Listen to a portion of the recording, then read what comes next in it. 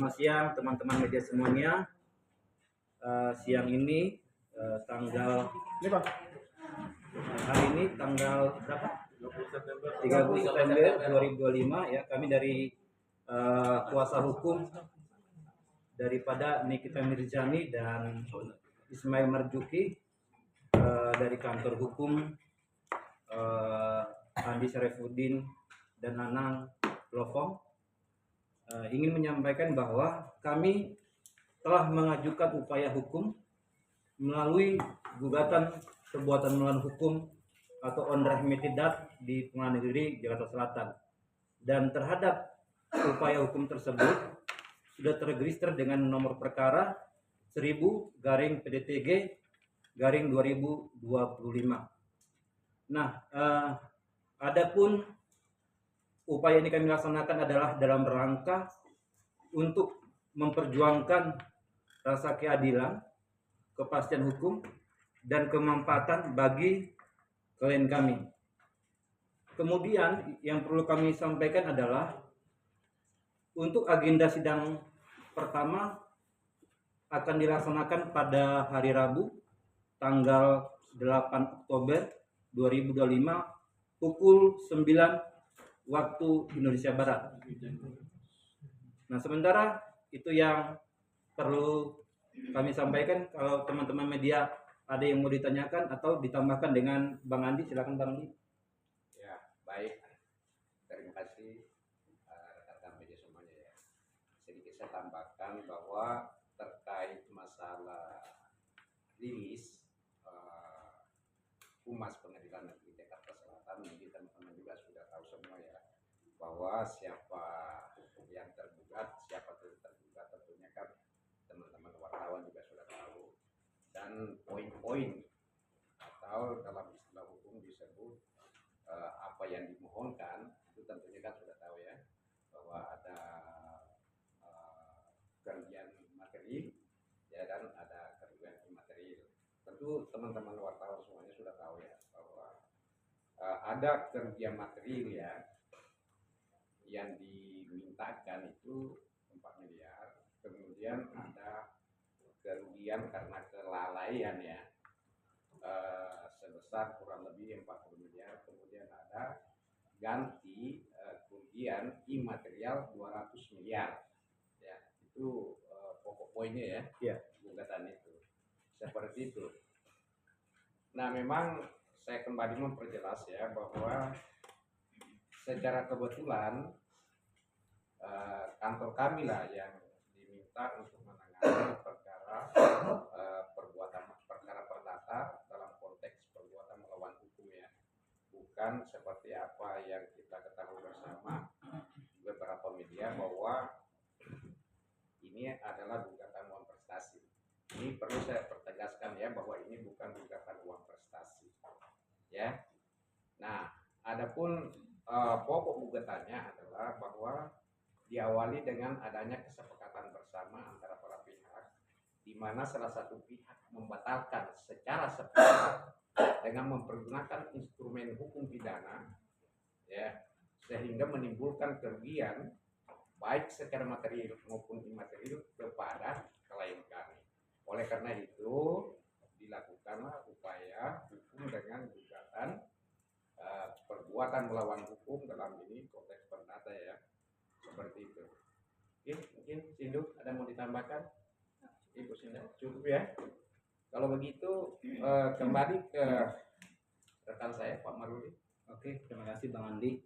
Jadi jelas teman-teman semuanya ya, bahwa gugatan yang kita layangkan itu bukan gugatan wampres, tapi gugatan perbuatan melawan hukum atau 1365, bahasa hukumnya namanya unremitted ya. Ada kerugian material, imaterial, tadi sudah disampaikan oleh Bang Andi ya. Nah, nanti kita tunggu prosesnya, ada tahapan-tahapan yang akan kita laksanakan, mulai dari persidangan pertama, terus kemudian mediasi selama 30 hari kerja sesuai dengan Permen nomor 1 tahun 2016, junto Permen nomor 3 tahun 2022, proses mediasi di pengadilan secara elektronik. Nah, mudah-mudahan nanti sebelum masuk dalam pokok perkara ada kesepakatan-kesepakatan yang kita bisa diskusikan dalam proses mediasi. Dan pada prinsipnya kami sebagai penggugat membuka diri, tapi kalau nantinya itu juga deadlock, ya kita akan buktikan semua dalil kita yang kita tuangkan dalam posita dan petitum itu kita buktikan dalam fakta-fakta persidangan. Mungkin demikian. Bang, gugatan perbuatan melawan hukumnya apa, Bang? Oke, nah sebenarnya materi ini kan kami akan sampaikan dalam persidangan, tapi saya hanya ingin menyampaikan bahwa unsur-unsur perbuatan melawan hukum itu kan ada ya beberapa poin. Nah, salah satunya adalah tentunya ada pembatalan sepihak perjanjian secara lisan yang jelas-jelas sangat merugikan klien kami. Nah, yang kedua adalah terkait dengan adanya perekaman-perekaman yang tanpa seizin prinsipal kami, dan menurut hemat kami itu bertentangan dengan ketentuan hukum yang ada. Dan ada beberapa lagi nanti dalil-dalil kami yang kami tuangkan dalam posita dan kami mintakan dalam petitum gugatan. Bang, yang rekaman bukannya sudah dilaporkan illegal access ke ranah pidana, Bang? Oh ya, itu saya kira kan dua hal yang berbeda. Kalau bicara pidana, saya tidak punya kompeten untuk menjawab itu. Tapi saya hanya bicara terkait dengan gugatan perbuatan melawan hukum nomor 1000/PDT/2025.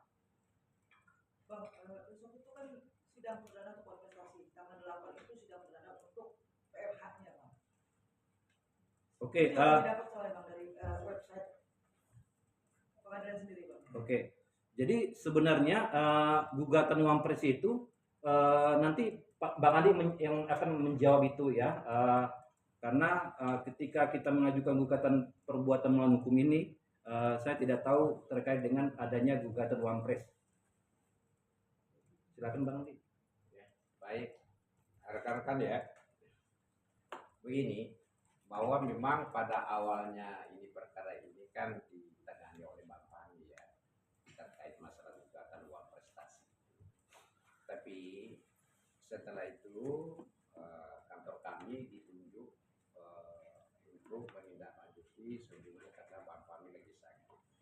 Namun setelah perkara itu sampai di kantor kami mengkaji ya bahwa kami tidak melihat bahwa adanya dalam peristiwa ini adanya uang prestasi ya, karena semua prestasi sudah dilaksanakan. Justru kami melihat bahwa di sini adanya perbuatan melawan hukum, sebagaimana tadi disampaikan oleh rekan saya bahwa salah satu unsur perbuatan melawan hukum itu ketika ada kesepakatan perjanjian sebelum jatuh tempo kemudian dicabut ya secara sepihak sehingga menimbulkan kerugian ya, itu namanya perbuatan salah satu unsur perbuatan melawan hukum.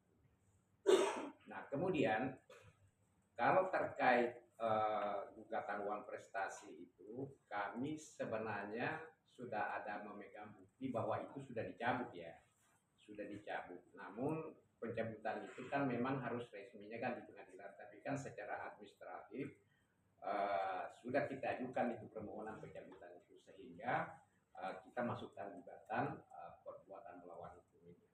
Seperti itu jawaban kami. Oke, berarti untuk yang besok itu tetap hadir untuk memberikan surat memberikan surat cabutan itu sendiri, Bang. Iya betul, karena memang resminya itu dicabut itu kan harus di depan persidangan ya.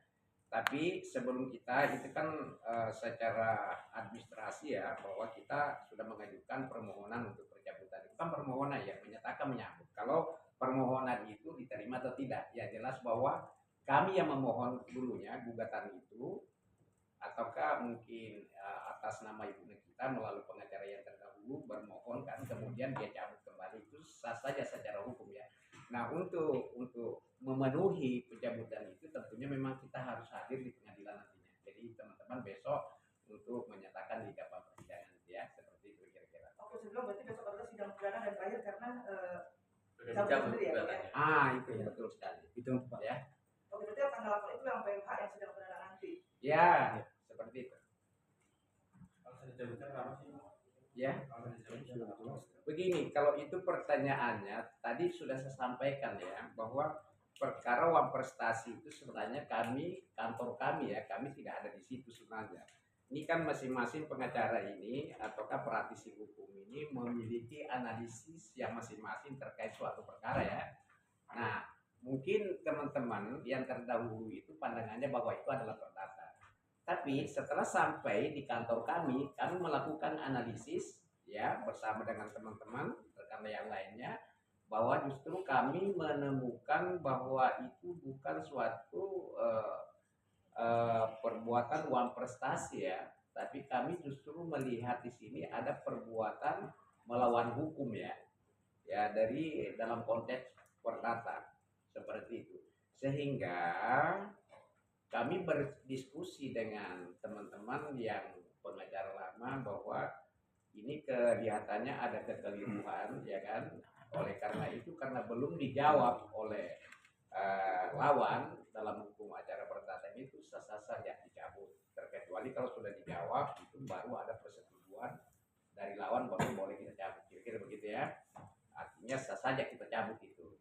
Nah itulah tadi kalau pertanyaannya kenapa dicabut, kenapa ini ya itulah tadi berdasarkan dengan kajian ya yang kami temukan bahwa di dalam peristiwa itu kami tidak menemukan perbuatan uang prestasi, tapi justru kami mengkaji menemukan perbuatan melawan hukum seperti tadi unsur perbuatan melawan hukum itu disampaikan oleh rekan kami. Seperti itu ya. Ada yang lain?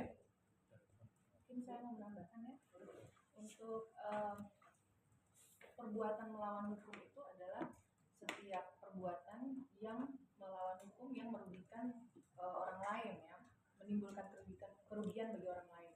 Nah perbuatannya itu apa? Yaitu ketika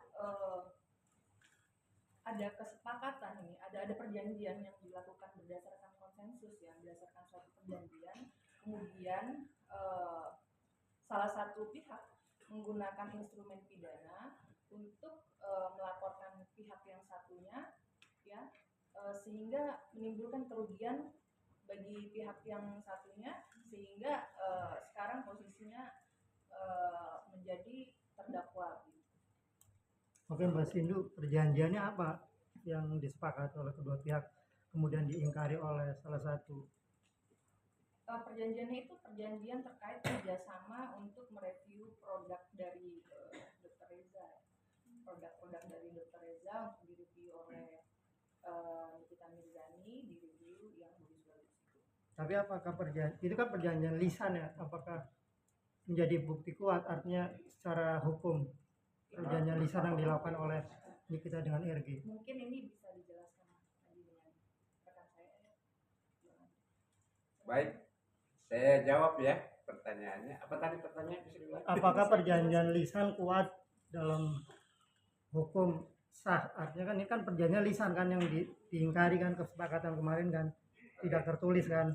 Oke, baik. Ya, pertama-tama saya ingin jelaskan ini bahwa hukum kita yang kita kenal terbagi dua ya pada dasarnya, yaitu hukum tertulis dan tidak tertulis. Artinya apa? Sebelum ada hukum tertulis itu, yang ada adalah hukum tidak tertulis ya. Artinya perjanjian itu sebelum ada perjanjian tertulis itu sudah ada namanya perjanjian tidak tertulis ya.